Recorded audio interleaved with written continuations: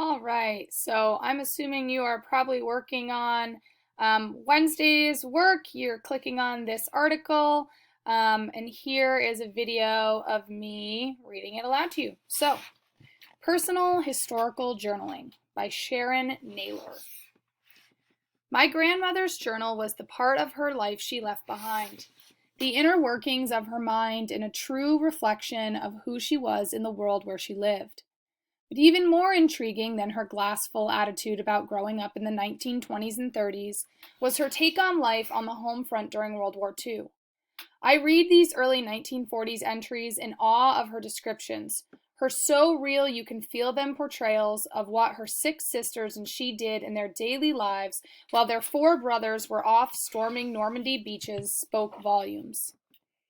How they collected scraps of metal for the war drive, what her neighbors' facial expressions were, like when yet another family on the avenue was notified of their son's death overseas, and the relief of receiving a letter from one of her brothers in France, with several lines blacked out by the censors.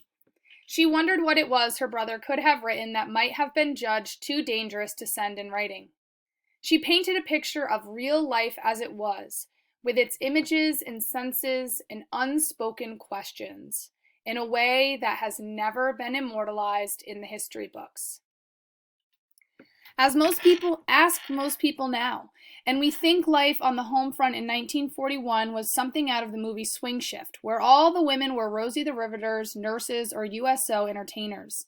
The stories of that era, a gravelly parallel one to our own, present day, are fading away as the greatest generation ages and passes on. Their stories of real, everyday life during World War II, unless written down or taped by family members, go with them. I hope that those opening 2 paragraphs are starting to have you guys thinking about how does this impact me, and how important is it for me to be recording my own history and my own story for future generations. Let's keep reading. My personal take.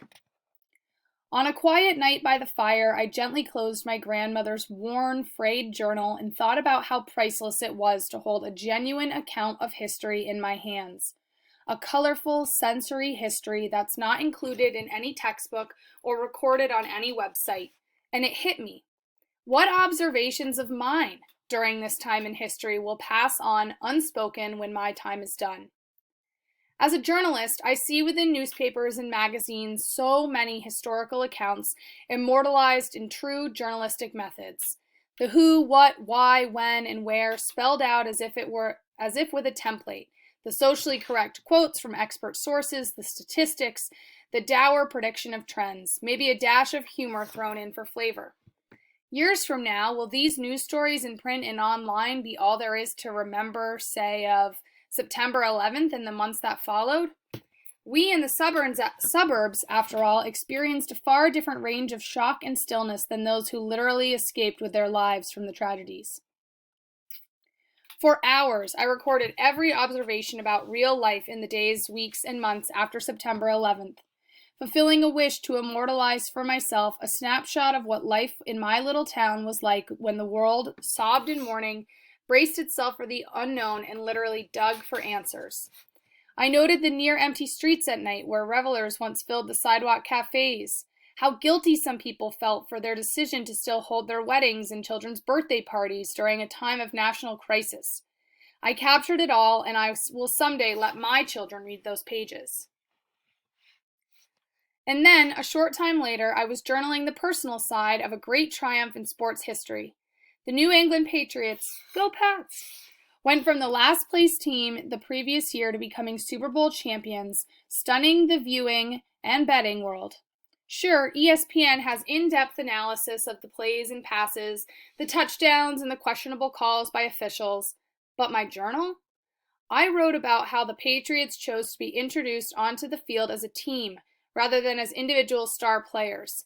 That show of solidarity was the big picture in my book. I reflected on the profound meaning behind the Patriots rising up to victory in a year that patriotism became an uniting factor in a formerly divisive country. It is precisely these types of personal inspirations that make a history journal so rich and so alive. so much more entertaining than any textbook or encyclopedia of the future. It is the type of commentary that will teach your children, your grandchildren, and their children exactly who you were and how your world was while you lived in it. I'm going to say that part again. This type of journal will teach your children, your grandchildren, and their children exactly who you were and how your world was while you lived in it. That's adding a whole new dimension and a whole new benefit to journaling. So your personal take. So how do you establish your very own historical journal? Start with a fresh, new, blank book. I chose a thick, unlined book with an Italian Renaissance painting of the globe on it. On page 1, you might wish to introduce your book to yourself and to any future audience who might enjoy your prose. My entry page begins like this. I began this journal as a way of capturing the history of my world, at a time when one terrible day changed the fabric of our daily lives, and we were forced to look at our country and the security of our lives in a whole new light. I began this journal as a way of capturing the moments, the memories of this time, and a tribute to you as you read, and as a tribute to those whose sacrifice brought us into this bittersweet time of change and growth and strengthening, so that we, none of us, will ever forget. Start from the present or go back in time to journal your take on any great or gut-wrenching moment in time. Here are some guidelines to help you get started. Don't get bogged down in the facts. Use your senses, including the sixth one. Talk about how it affected others, and use your emotions, and ask questions.